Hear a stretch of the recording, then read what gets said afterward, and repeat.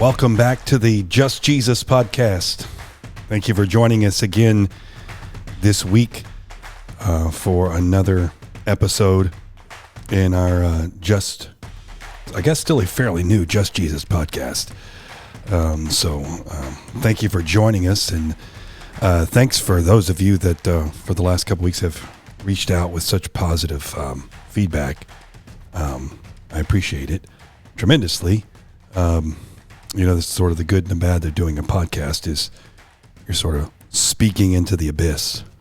But it's always exciting to hear those that are listening and the positive impact that it's making on you from what I am sharing with you. So again, appreciate the feedback. And also if you have a chance, those of you that have posted comments, that's awesome as well. But take a moment and hit that like button on there as well. That kind of just helps promote and push the podcast forward. Again, I hopefully, if you don't know me, hopefully you'll give me the benefit of the doubt. But it's really not for personal gain. It's just a desire to try to reach as many people with this message as we possibly can. And so hitting that like button and doing that kind of helps promote that as we kind of get moving forward here. But it's good to have you back and being a part of the podcast. And we're just going to sort of jump right into it today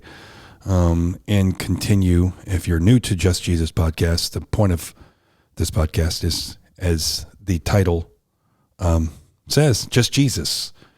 And what I mean by that is we're not talking about church or doctrine or theology, or we're not really talking about a specific set of beliefs. We're talking about Jesus, and we might use or say different things, but really it's to point back to Jesus Christ. So wherever you are in your journey to know Jesus, if you are someone who has known Jesus for a long time, or you're someone who's just starting to discover who he is, I believe that something will be said today that will hopefully help you or challenge you or inspire you on your journey to know Jesus in a greater way. Because I will say to you on this, and some of you know this, some of you will find this out, you can never exhaust the subject of Jesus. That's the beauty and the power and just the thing that makes Jesus so amazing. You can never say, well, you know what, I've tapped out here, and this is all I've got it all. No, it's a subject that cannot be exhausted. And more importantly than that, the more you get to know Jesus, the more you discover who the real Jesus is. And I'm going to use that term, the real Jesus, because I'll get to why I say that in a minute. The more you get to discover who the real Jesus is, the more you want to know more about him. And I think that's what is exciting. So hopefully, as a part of this Just Jesus podcast, that's what the desire here is to do, is to just give you more opportunity to know the real Jesus so that you will increase your own hunger and desire as a person of faith on your own personal journey to discover him in a greater way, and not through the lens of a particular church, organization, or doctrine, but through the lens of just who he is.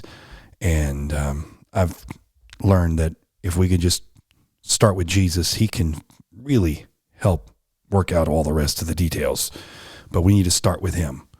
And so that's what this is about. So glad to have all of you. Thank you for joining us. And we're going to get right into it. And what I really want to talk today about, and I have great ambition today to cover quite a bit of ground. And if those of you that do know me, I have great ambition to cover a lot of bit of ground, but I don't have great faith I'm going to be able to do it. I'm sure somewhere along the line I'll get snagged up here. So I'm not sure how far we'll get into today if we don't get all the way through what I have prepared before me.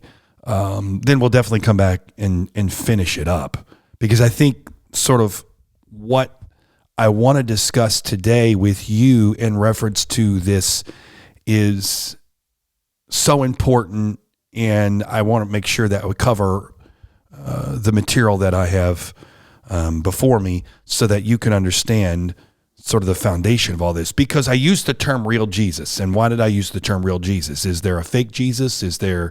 Well, I don't know if you can say real and fake would be the real words. I think you could use those. Maybe they're a little harsh. Maybe they're a little too defining. But when I say real Jesus, and therefore if there's real, does that mean they're fake? When I say that is, when you talk about Jesus Christ, it is not a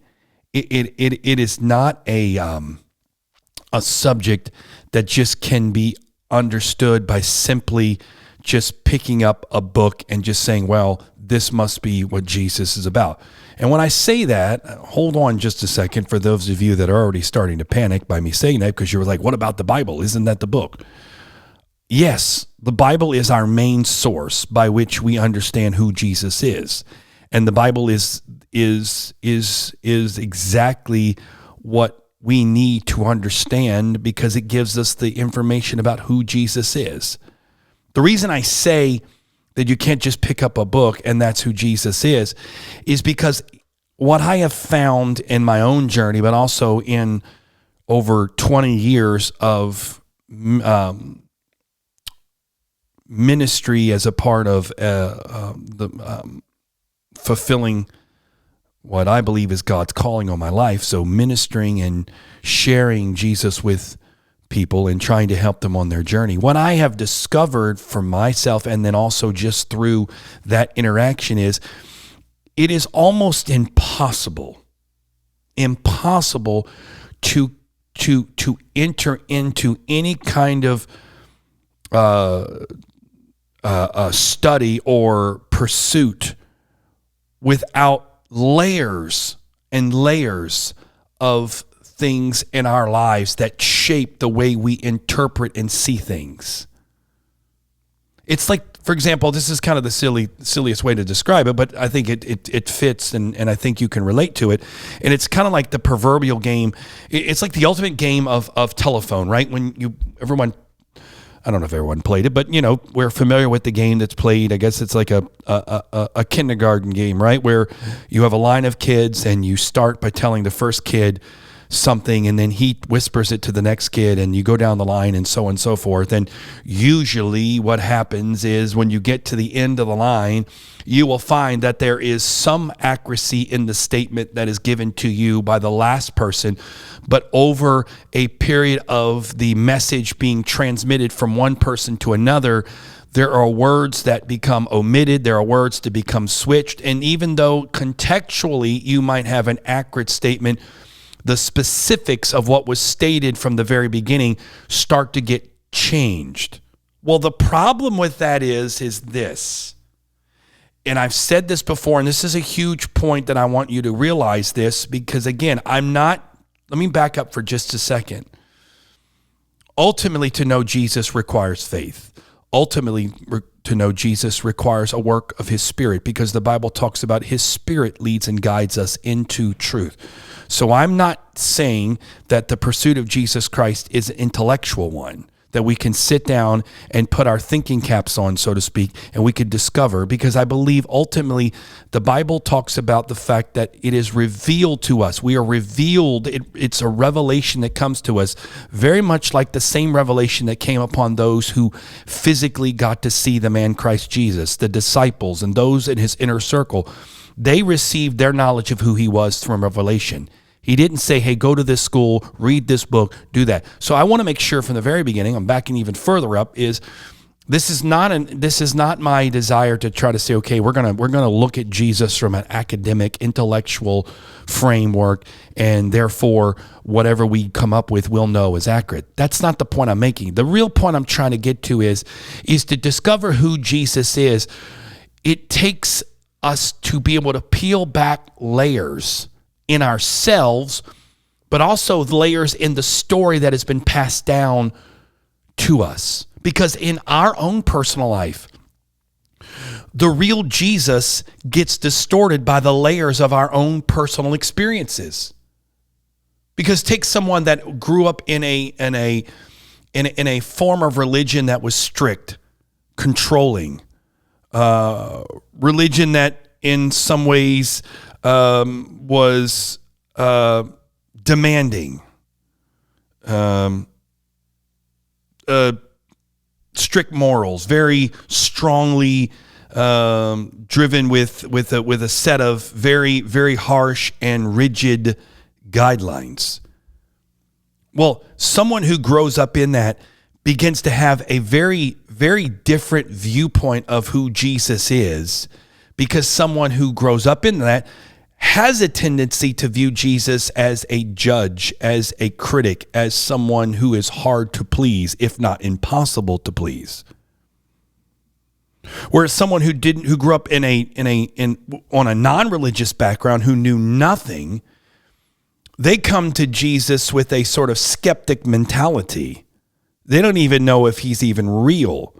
So they're working through their own layers of maybe even an agnostic or atheistic background, or maybe they come from a very infant understanding. And I say infant not because they're a child, but meaning just a very primitive, I guess that's a better word, a very primitive background of who Jesus is. So they have their own layers to work through. But no matter where you start, the quest is not to know Jesus in my own version, but to know who Jesus is and who he is, not my version of Jesus. Now, there's this incredible, and that's one thing about Jesus that's so amazing, is he is a walking contradiction. From this standpoint, there's so many, and I'll just use this as an example of the fact that Jesus is somewhat of a walking contradiction, because there is a true, real Jesus, but then there's a personal Jesus that is unique to each one of us. And both are real. Both are true. But here's the problem. What comes first, the chicken or the egg? And in this case, the problem is, to understand the truth of a personal Jesus, you also have to discover who the real Jesus is, what he stood for, who he was, in the vacuum of the context in which we have writings and information about him from. And to have that perspective what's the word is escaping me? In conjunction with the personal Jesus that is to me. He's my friend, he's my Savior, he's my Lord, he's my God, he's my healer, he's my deliverer. He's all these things that are personal to Joel, or to whoever you are, your name, you insert your name, but he's personal to you. The balance of both of those gives me the true essence of who Jesus is. And that's why I say the real Jesus. So there's this distortion that comes when we don't look at Jesus in the right framework for who he is in sort of the, I'll use a term here, historical vacuum, right? If we don't really have some true waypoints we can kind of put up on the map for that, and then we have this other side that is sort of this our own personal viewpoint. We can't find out if there's a compatible understanding between both, and therefore, if we're not careful, we get a distorted view of Jesus Christ. But here's the other problem with that view, is because it's very personal to us, then we think that view is correct, because to us it is correct, but there's no balance to the other side. And so ultimately, what I want to kind of talk about for a few moments today is that I don't want to take away who Jesus is to you. I don't want to take away the personal part of Jesus to you, because I think that's the power, the beauty of who Jesus is. He needs to be real to you. He can be real to you. You can know him. But like anything, if you were to meet me today, if you didn't know me, and maybe some of you were listening don't know me, if you were to meet me today, you would begin a relationship with me from this moment. But to really get to know me, you need to know where I came from. You need to know how I think, what makes me tick. You need to know my experiences. You need to know more about me than just simply, I met a guy today at Walmart. His name is Joel. He's about yay tall. And, he was wearing, which currently I guess I'm wearing a black hoodie. And this is a guy named Joel. Well, is that accurate? Of course it's accurate. I'm currently wearing a black hoodie. And I was at Walmart earlier today. So I guess those two things would be accurate. But can you really say, I know him? So then you can start to have a relationship with me. But as you get in this relationship to me and we start to have a personal connection, whether it's a friendship and we start to have an exchange of ideas, a change of thoughts, relational things that take place, and that might move to even a deeper relationship where we might consider ourselves really close friends. However that relationship blossoms, there's still a part of that to really understand who Joel is. You need to look at who Joel is in the complete package, which means you're going to have to look at more than just from today forward. You got to look at the 43 years that led up to today in my life. Same thing with you. We are shaped by so much. So I say that because, again, we sometimes miss or can misinterpret the real Jesus to us because we don't understand the real who Jesus was. For example, and the reason I say that is let's just use this for example, right? So I'm giving you a practical application of what I'm saying because I feel like right now some of you I may have lost you here in some theoretics. So let's get to some just Jesus application. So let's say you were that person that grew up in a very very narrow-minded Christian, super ultra-conservative Christian background, whatever that might be, whatever that means to you. But there are people out there right now that are listening to me that can say, okay, I get what you're saying. So if you haven't had that experience, follow me for a second. But someone that grew up in a very strict, ultra-conservative, closed-minded, closed community, everything's bad type mentality of an exposure to who Jesus is. So you grow up in that, and now here you are, let's just say, you're 30, 35 years old, somewhere like that. I'm just using this as this is a theoretical example. So now here you are, you're in life, and now you're facing your own personal crisis of faith because now it's, okay, who is Jesus? I'm revisiting, you grow up with this version of Jesus and you're like, I'm not really vibing with this. And you get this sort of distorted image of who Jesus is. And he doesn't seem like the kind of guy I really want to follow. Seems a little harsh, seems a little mean, seems a little unfair, seems a little judgy, and seems pretty much impossible to please. So, he's pretty much going to torch me and send me to hell. So why even try? That kind of mentality. You follow what I'm saying? So if that persists, then ultimately what happens is that becomes your viewpoint, right? That's who Jesus is to you. That becomes who Jesus is to you. So then here you are, you're 30, 35 years old, right? You're starting to face real life. You're starting to be open-minded to a potential pursuit of who Jesus is. And maybe you never walked away from any kind of background like that, but now you're at the point where, and I think everybody comes to this. Everybody should come to this. Let me put it that way. I don't know. I can't say everyone's come to this. Everybody should come to an own personal crisis of faith. There's nothing more powerful and transforming than having a crisis of faith. We don't like the word crisis and we run from crisis, but a crisis of faith is one of the most powerful, transformative things that you can go through. Because a crisis of faith transforms you because it pulls away. There's a scripture in the Bible that says everything that can be shaken shall be shaken. When you go through a crisis of faith, everything in your life gets shaken. And the things that remain are the things that are foundational, fundamental. They're the things that matter. Just like any crisis you go through personally, if all of a sudden right now, wherever you're living, there's a natural disaster. There's a lot of things all of a sudden they're not going to matter to you. You're going to go to the things that matter. Your life, your family's life, if you have pets, whatever. I use pets because I can hear my dog barking up in the background. I don't know if you can hear that on the podcast.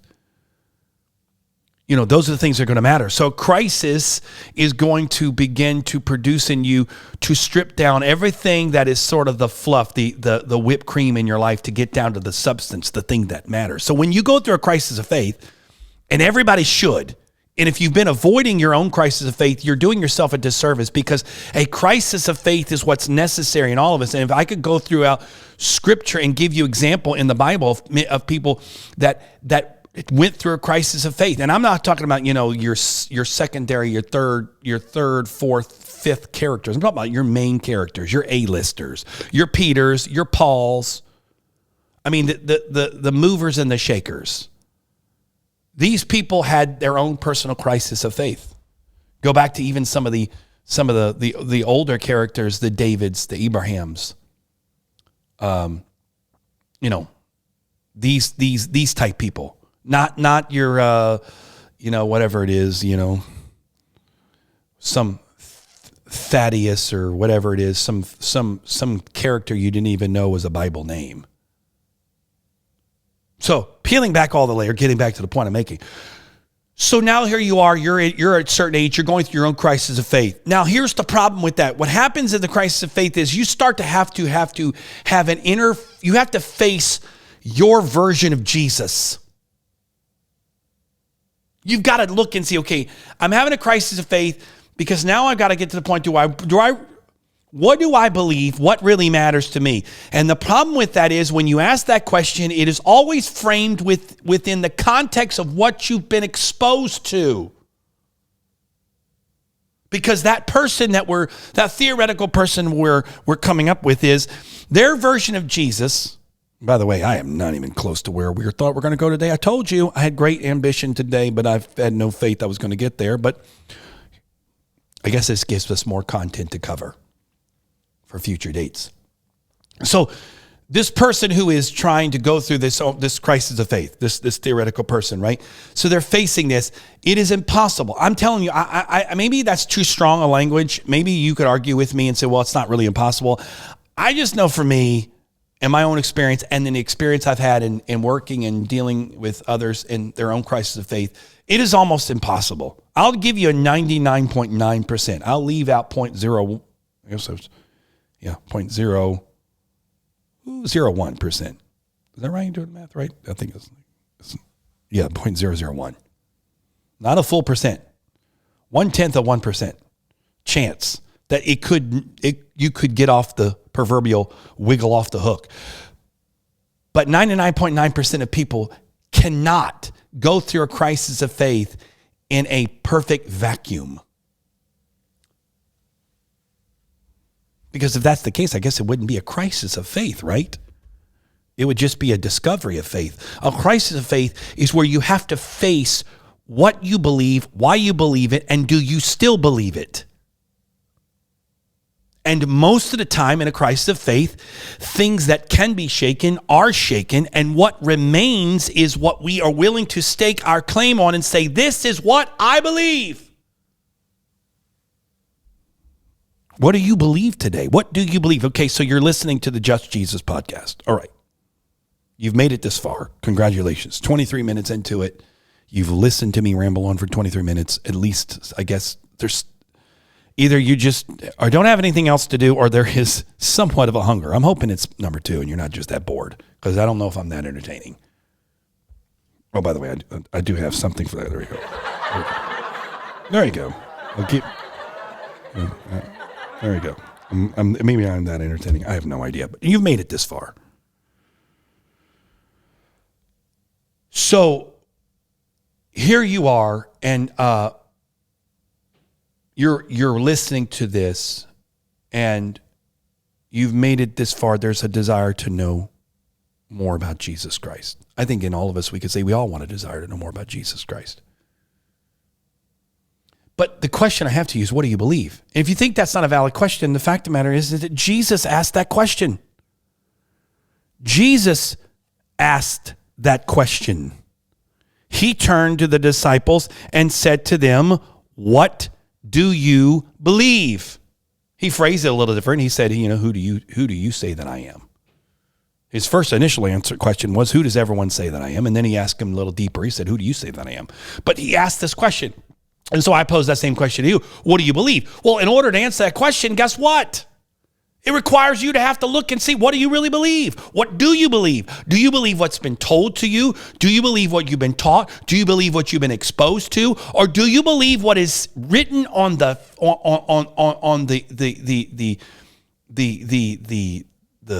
tablets of your heart, so to speak? Use a biblical metaphor. Is this an intellectual thing, or do you believe it? Is it down inside of your being? What do you believe? And so to me, what matters in this pursuit of Jesus Christ, when we call it just Jesus, the reason I call it Jesus is because when you peel back all the layers of your life, when you get down to the core, what is the thing that's in there? What are the non-negotiables in your life? I'll use another term I like to use. What is the hill you're willing to die on when it comes to Jesus Christ? Because I hope it's not because, so-and-so told me, or someone else told me this, or I believe, I was told this as a child, and therefore, I will tell you that only lasts for a long time, because eventually who you are and what you have been taught can only take you so far. Eventually, it's got to become yours. It's got to be who you are. It's got to be woven into you to the point where if they able to take a sample of your DNA in your DNA track today, they would see the letters JESUS woven into your DNA. I know that's not possible, but that's the point I'm making. To really know Jesus, it's got to get in you. It can't just be in your mind. It can't be a theoretic. It can't be, I will listen to this guy rambled on this Just Jesus podcast, or I listened to this guy, or went to this church, or was exposed to this, or read this book. No. Because in the end, that crisis of faith leads you to this point where everything in your life is stripped away, and you get to simply the pure fact of, this is Jesus and who he is to me. And I'm willing to stand before anybody, including Jesus himself, and say, this is who I believe you are. That's sort of a passion I have, is to help people come to that moment where what are you willing to stand for? But here's the problem with that. How do I get there? And when I get there, how do I know that I'm standing on the right foundation? Because I don't want to be standing on the foundation of opinion. I don't want to be standing on the foundation of intellectualism. I want to be standing on the foundation of who Jesus Christ really is and who he is to me. So now you're that person, going back to the example, you're that person, you're that 30, 35-year-old person, whatever it is, and you're trying to find out and discover who Jesus is. So then you start to enter into this crisis of faith where you have to face what you have been told or what you think Jesus is, and you have to ask yourself, is that really who Jesus is? And some don't want to face those questions, or some don't desire to face those questions, but life has a way of bringing us to those questions if we allow it. I guess there are ways you can escape that question. And, people have made a profession out of escaping those questions. But to be honest with ourselves and honest with truth, we need to face those questions. So when you go to those questions, I guess really what I'm trying to pin us on today is, when you go to that, you're going to have to face two versions of Jesus. And those two versions of Jesus are two different sides to the same coin, the heads and tails of the quarter. When you look at Jesus, you have two versions of Jesus, and both of them matter, but both of them need to be examined so that we can discover the real truth of who Jesus is. There is the personal Jesus, the Jesus that's to you, the experimental Jesus, the one that you've experienced, the one who, if you've had these experiences, the one who has touched your heart and healed you and delivered you and given you peace and joy and contentment, and has brought all of these things to your life. That's an amazing part of Jesus. But the other side of it is who Jesus is in a vacuum. And what I mean by the vacuum is meaning who Jesus is not distorted by any layers of my own personal viewpoint, or even the proverbial telephone game of history being passed down from generation to generation. Because the version of Jesus a lot of times that we know of today is not the Jesus that walked the face of the earth 2,000 years ago. It is a version of Jesus that has been twisted and turned and added to and taken from for the last 2,000 years to get a modern version of Jesus. And my desire in part of this is to let's get back, let's rewind all this. Let's get to examine who Jesus is right from the very beginning. If we were standing there, because here's two parts to this. This is sort of the crux of all this, what we'll get to. And we're 30 minutes deep, so this is just the intro, I guess, to where we'll get to next time. This is the teaser, the trailer. And that is this. There's two parts to this that really matter, or that should matter. They matter to me. Hopefully they matter to you. And that is to know Jesus as he was when he walked this earth, because it matters. What was he like? What was the world that he walked into? Why does that matter? How did he interact with the world around him? What was going on in the world around him, and how did he handle those things? For example, there was injustices that were happening in the time of Jesus Christ. How did he handle those things? What was his reaction to them?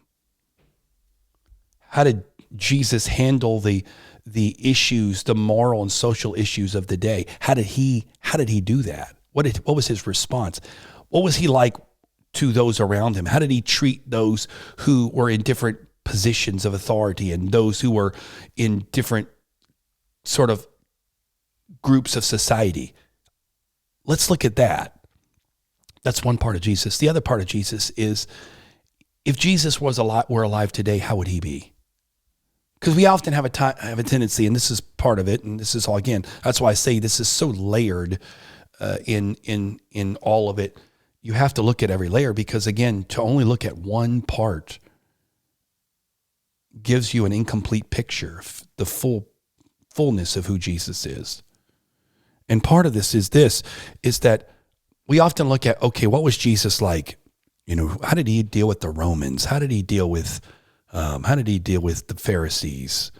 How did he deal with the poor? How did he deal with the needy? How did he deal with, his family? How did he deal with, all these things that, all these scenarios we could come up with? We could go back and we can examine those.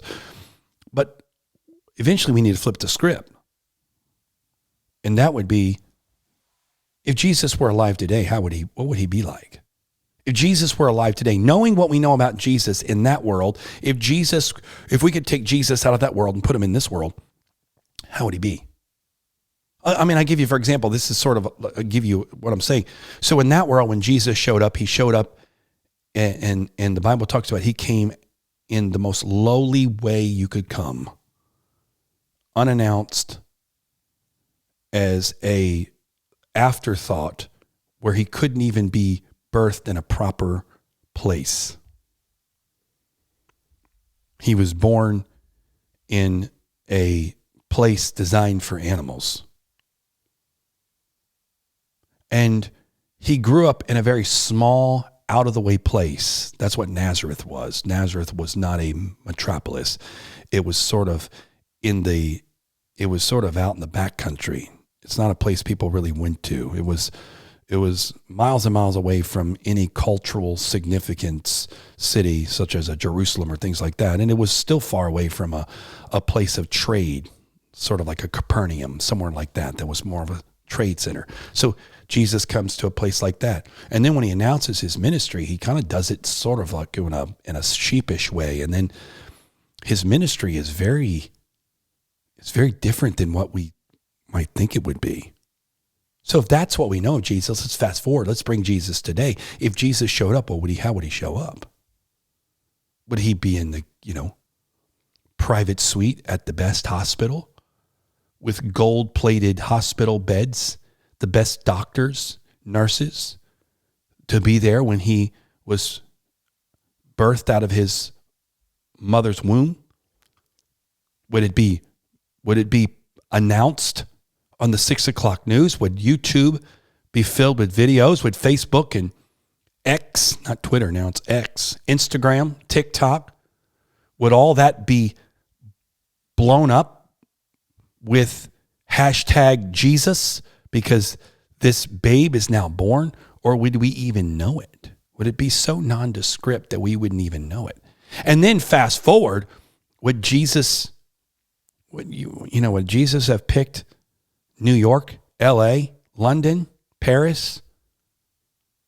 Would he have picked some center of power to set up shop?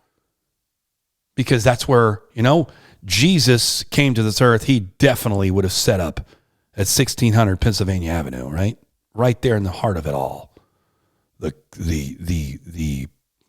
leader of the free world.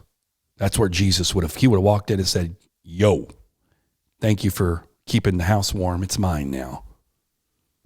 Or Jesus, would he have grown up in the country on a farm? Nondescript. Nothing really to write home about. And then when Jesus showed up for his ministry, knowing how he operated, would he have shown up and built the great cathedrals?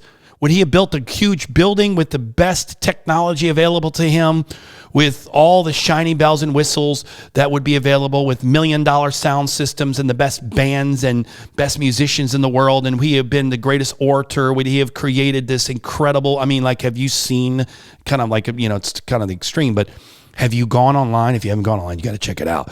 Look up the Sphere. It's called the Sphere in Las Vegas. Look at that place. I think it was like, $2 billion. I think it was that, something like that. I might be off, but I think it was over $1 billion. That thing is just absolutely, seriously? If you've never seen it, I don't even want to try to describe it. It is one of the most amazing buildings in the world, literally. One of the most amazing buildings in the world. Would Jesus have built that? If you don't know, it's just this sphere. I don't even know how big it is. It's enormous, and it's the sphere. But the outside skin of the sphere is all LED screens, so they can create. And I'm sure if you watch the Super Bowl somewhere like that, you've seen it. You've seen a picture. If not, Google it real quick while I'm talking, because it's worth it for 5 minutes. It's an amazing building.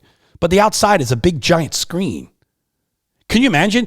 That's kind of how Jesus, I think, shouldn't Jesus roll like that? He'd have built the first sphere, and on the outside, there'd be like pictures of him healing people and videos of him raising the dead, and, videos of him casting out devils, and sort of videos of him feeding people and all this kind of cool, slick marketing and cool videos. And Jesus would have had TikTok, and YouTube and Instagram. And who's the number one person on Instagram? I think it's like Ronaldo, and I think, The Rock and Selena Gomez. They're like big, but Jesus, he'd have had 2 billion followers on Instagram, and, unlimited followers on Facebook. And he would have had, some of the big YouTube channels, like that guy, Mr. Beast. He's got 150 million subscribers.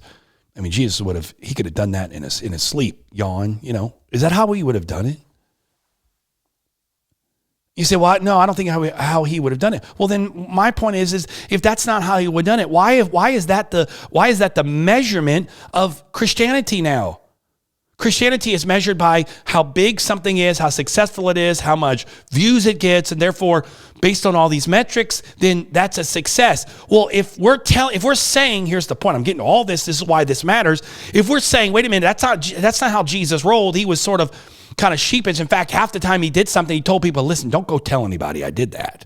It wasn't, by the way, could you give me a like on Facebook? Could you post this and hashtag, Jesus encounter, because I need to spread the word here. Most of the time it's like, listen, don't tell anybody I did this. Full well knowing they were going to run their mouth.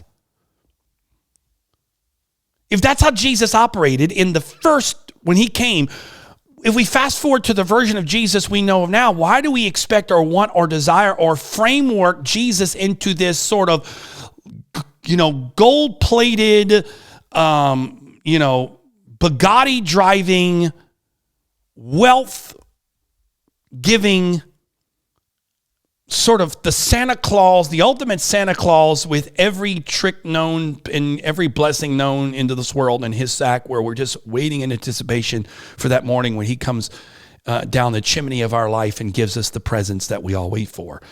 And so if we're being honest with ourselves and we look at the original version of Jesus Christ, then the personal version of Jesus Christ that we have today, they've got to match. And that's the part where I'm saying now and I'm going to get to. That's why, to me, we got to look at who Jesus is in the beginning, because does the Jesus we know back then match the Jesus we are believing and walking with and confessing to know now? And if they don't, then who's right?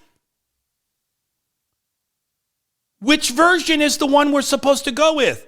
Should we go with our version? Because, it's our version and, hey, I'm right, man. Or should we be honest with ourselves and say, wait a minute, maybe my version is not the right version of Jesus, because that version of Jesus, that's who Jesus was in a vacuum, with where I'm reading the evidence of this is what Jesus did. This is how he said, this is how he operated, this is how he acted, this is what he said, this is the people he met with, this is the people, how he treated people. Okay, if that Jesus was alive today, would it be a Democrat or Republican? Who would have Jesus voted for? Would he have even voted? Or better yet, let's say today that you're a school teacher.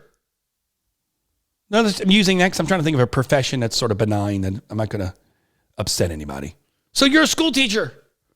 So the question we've always been is, the WWJD, what would Jesus do? And we always frame that question with taking ourselves back to, you're standing on some dusty street in Galilee, waiting in anticipation for Jesus to walk by. And that's the framework. So if I'm standing there and I'm on this dusty street, I'm wearing my sandals, and I'm kind of waiting. I want to see the fish and, 5 loaves and 2 fish. What would that be like? What would it taste like? Would it have seasoning? Would it be tasty? What would it be like? I can't imagine what a food would, prepared by Jesus. That's the framework. But my premise is, let's flip that. So you're the school teacher today, and you're going, and you're looking at your kids today, and you're going, what would Jesus do? I think the better way of asking that is, if Jesus was a school teacher, what kind of school teacher would he be? Let's pull Jesus out of the Gospels, and let's put him in the real world today, and let's use the Gospels as our way of saying, that's Jesus. So let's fast forward. If we brought Jesus today and we had to match him with the way he behaved in the gospel, how would he behave? Would he have built the sphere? Or would he be walking streets, meeting people one-on-one, quietly in coffee shops, in parks, on benches? Would he be meeting them in Walmart, getting to know them? What would he be doing? How would he be acting? Or would he be standing in the greatest buildings, i.e. the sphere or whatever building you can, behind gold-plated pulpits with multi-million-dollar sound systems that he could speak and the whole room would vibrate with his voice? Or would he be doing things a lot different? That's why I say the real Jesus. To get to know the real Jesus is what was the real Jesus like, and therefore is my version of Jesus matching with that? Because go back to that original point. You're that 30, 35 person. You're getting through that crisis of faith, right? You're dealing with your own crisis of faith, and you've got to face the fact: is Jesus harsh? Is he mean? Is he condescending? Is he controlling? Is he manipulative? Is he all about the rules? Is he just waiting for me to screw up so he can just bring the hammer down? Because that's the version of Jesus I was exposed to. And then we're like, wait a minute, why is it when I read about Jesus, he seemed to love? Why did he let a prostitute wash his feet? Why was he sitting with a woman who obviously was an outcast of society, and he, as a male, should have never been sitting with a female like that? Why did he do that? Why did he hang out with a Matthew who was not exactly a popular character, to the point where they thought Jesus was a sinner and a drunkard? Why did he do that? Wait a minute. I want that. I like that version of Jesus. That's a version of Jesus that I've never known. And when you start to see who Jesus was and how he operates, and you go, wait a minute, maybe Jesus doesn't just wait around with a hammer. Maybe he is willing to love me and forgive me. And maybe he is willing to love me where I am, but love me too much to leave me where I am, where he's willing to get in my life and transform me. And I can become a person that's like him, because ultimately there's no other better person in the world to try to pattern your life out of than Jesus Christ. Not the theological version of Jesus, not the Christian version of Jesus, but the real Jesus. That's why I say the real Jesus. So if you're having a crisis of faith, or you know someone's having a crisis of faith, don't try to talk them out of it. Don't try to reason with them. That crisis of faith is the greatest blessing they can have, because that crisis of faith, if they're willing to go on the journey, if they're willing to let themselves be shaken in that crisis of faith is going to lead them to the real Jesus, who he is. If they're willing to go through it and willing to put aside everything they think and thought and just get down to the real, pure essence of who is Jesus. I don't want your version of it. I don't want a theological version of it. I want to know who Jesus is for me. And when they find that out, there's nothing that will be able to take that, because that's where Jesus said, "Who do men say that I am?"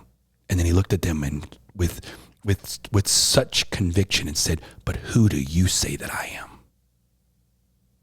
And Peter raised his hand and said, "You are Christ, Son of the living God." And he said, "Yes, you're correct, Peter."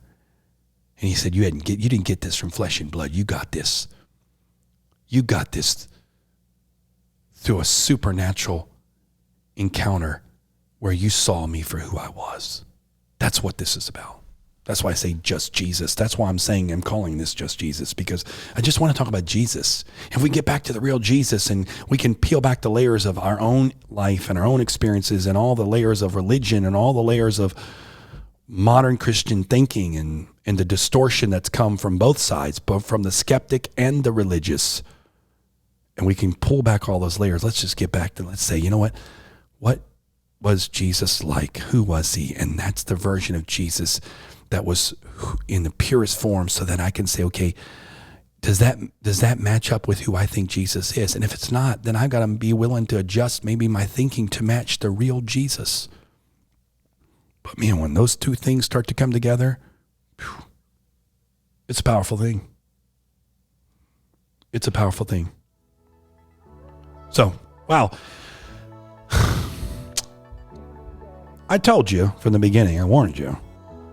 I thought I had a lot of ground to cover, but we didn't even get off the runway. We just taxied out. We got in our seat, put our seatbelts on, made sure that our bags were placed in the seat in front of us, or the overhead bin. We strapped in, put our tray tables in the fully upright and locked position, and we taxied out to the runway. We got cleared for takeoff, but we're not there yet. We just we're ready to go. So that's what we did today. I thought we were going to go soaring in through the skies and see things from a different perspective, but apparently Jesus had other plans, and I'm good with that. So come back next week if you're willing to. I want to get to this. I want to get to this sort of the world Jesus walked into and how he interacted with that world. Sort of I'm calling it the first century storm. Jesus walked into this first century storm that was brewing, and he walked in. He could have picked any other time in history, but he picked that time. Why?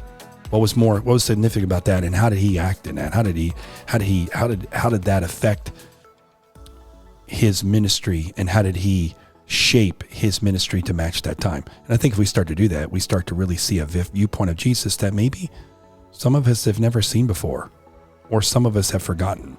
So hope to do that next time. That's the plan. But as always, we will have to see. But thank you again for joining us here on the Just Jesus podcast. I really, I hope you didn't think I just rambled on today. I really sincerely pray that you were challenged. Something was said was challenging, but also something that said inspired you to go to another step in your own faith journey, to know who Jesus is and just Jesus. So until next time, God bless.